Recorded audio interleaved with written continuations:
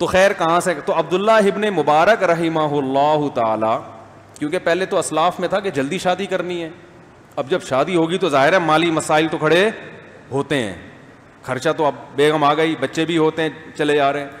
تو پھر انہیں ترتیب کیا بنائی, 4 مہینے بزنس. میں آپ کو ریٹرن میں لکھ کے دینے کے لیے تیار ہوں, نکاح کرو اور یہ ارادہ کرو 4 مہینے صرف کیا کرنا ہے, بزنس. بے شک آپ کو کوئی بزنس نہیں آتا, 2-4 سال دھکے کھاؤ گے, نوٹ چھاپنے کی مشین بن جاؤ گے تھوڑے دنوں میں انشاءاللہ.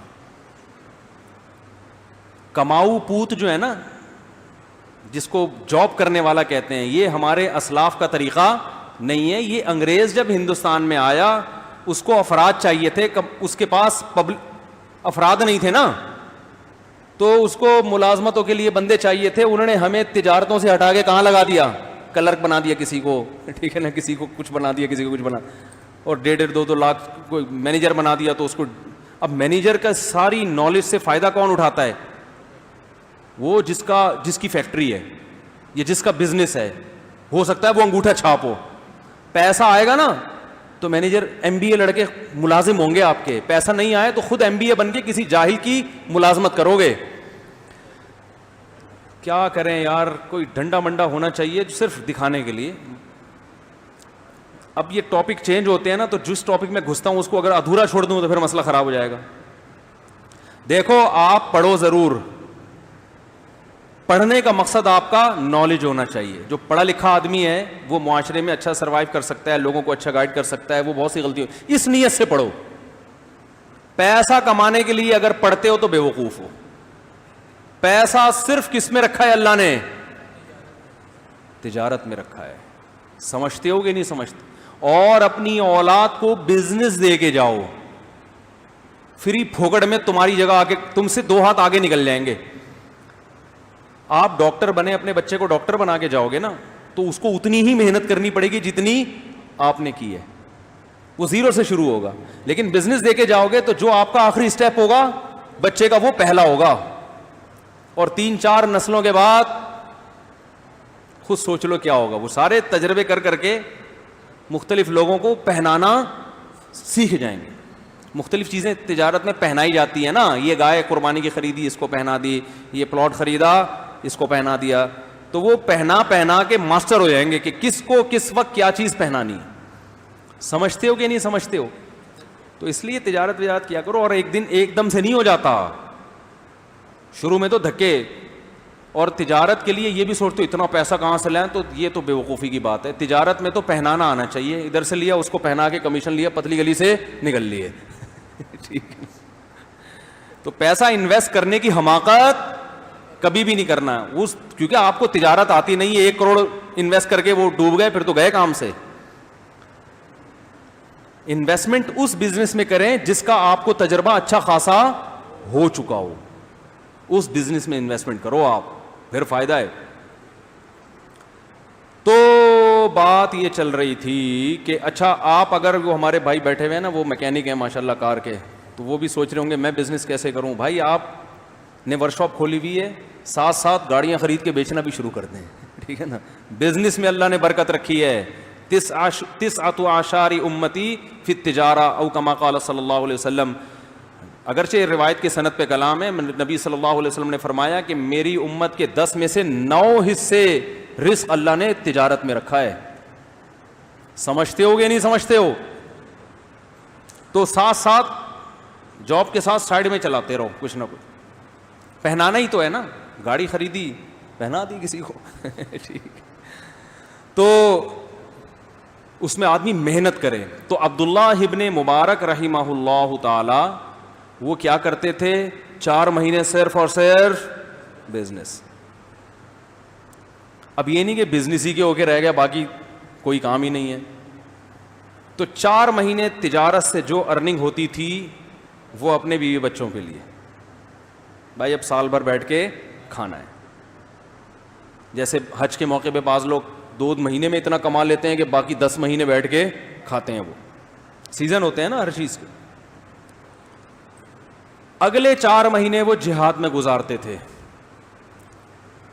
اسلامی سرحدیں پھیل رہی تھیں اس وقت, بڑی بہادری کے جوہر دکھائے انہوں نے لڑائیوں میں, اور مزید 4 مہینے 24 گھنٹے علم, تبھی بہت بڑے محدث بنے, عربی ادب کے بہت بڑے شاعر بنے. اور یہ بچپن سے ابا کی تربیت بھی, ایک شعر کی یاد کرنے پر ابا 1 درہم دیتے تھے ان کو.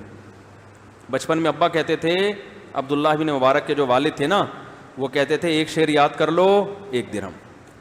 تو بچوں کو اسی طرح ادب سکھایا کریں. ادب سے مراد اردو ادب یا عربی ادب یا انگریزی ادب, کچھ بھی سکھا دیں. زبان پہ کنٹرول جس کو ہوگا نا وہ بہت کچھ کر لیتا ہے. سارا مسئلہ یہ بولنا نہیں آتا, رشتہ لینے گئے تھے, بولنا کیا آتا, منہ سے نکل گیا. ایسا ہی ہوتا ہے نا, نکال دیا انہوں نے. کاروبار کر رہے ہیں, پہنانے کے لیے گئے تھے, وہ خود پہن کے آ گئے. بھائی جو بولتا ہے نا وہی, اسی کا پلہ کیا ہوتا ہے, قوت گویائی, اسپیکنگ پاور. یہ اتنی بڑی نعمت ہے کہ اس نعمت کی بیس پہ حضرت ہارون کو نبوت ملی ہے. اللہ میاں نبوت تو حضرت موسیٰ علیہ السلام کو دینا چاہتے ہیں نا, مقام ان کا بڑا. حضرت موسیٰ علیہ السلام نے فرمایا افصح منی لسانا, اے اللہ بولنے کا ہنر میرے بھائی کو آتا ہے تو ان کو بھی میرے ساتھ لگا دے. اللہ نے فرمایا سنشد عضدک باخیک, تیرے بازو مضبوط کرنے کے لیے میں نے تیرے بھائی کو بھی کیا کر دیا, دعوت تیری ہوگی, زبان کس کی ہوگی, ہارون کی. تو ہارون علیہ السلام کو نبوت صرف اس لیے ملی کہ بولنا اچھا جانتے تھے. کیا ہو گیا بھائی جان, تو بولنا جو ہے نا. اچھا دیکھو, اللہ میاں نے قرآن مجید میں ایک اور مسئلہ بیان کیا. مشرکین مکہ یہ کہتے تھے معاذ اللہ, نقل کفر کے, یہ فرشتے اللہ کی معاذ اللہ بیٹیاں ہیں. تو اللہ کو غضب آیا کہ مشرکین خود بیٹی کی پیدائش پہ نا ناک منہ چڑھاتے تھے اور زندہ دفن کر دیتے تھے. تو اللہ کہہ رہے ہیں جو اپنے لیے تو بیٹی پسند نہیں کرتے, اور اللہ کی طرف نسبت کس کی کر دی کہ اس کی بیٹیاں ہیں, معاذ اللہ. پھر اللہ نے فرمایا اومن ينشأ فی الحلیہ وهو فی الخصام غیر مبین. عورت کی ایک کمزوری کو اللہ نے بیان کیا کہ عورت تو وہ ذات ہے جو زیورات میں پلتی ہے اور اس میں اسپیکنگ پاور مرد سے کم ہوتی ہے. فی الخصام, جب بحث کرتی ہے نا, ڈیبیٹ, تو وہ کانفیڈنس نہیں ہوتا جو کس میں ہوتا ہے, مرد میں ہوتا ہے. خواتین کہیں گی اللہ میاں ہماری برائی بیان کر رہے ہیں. اللہ میاں برائی نہیں بیان کر رہے, اللہ میاں آپ کی کمزوری کو بیان کر رہے ہیں. سمجھتے ہیں کہ نہیں سمجھتے؟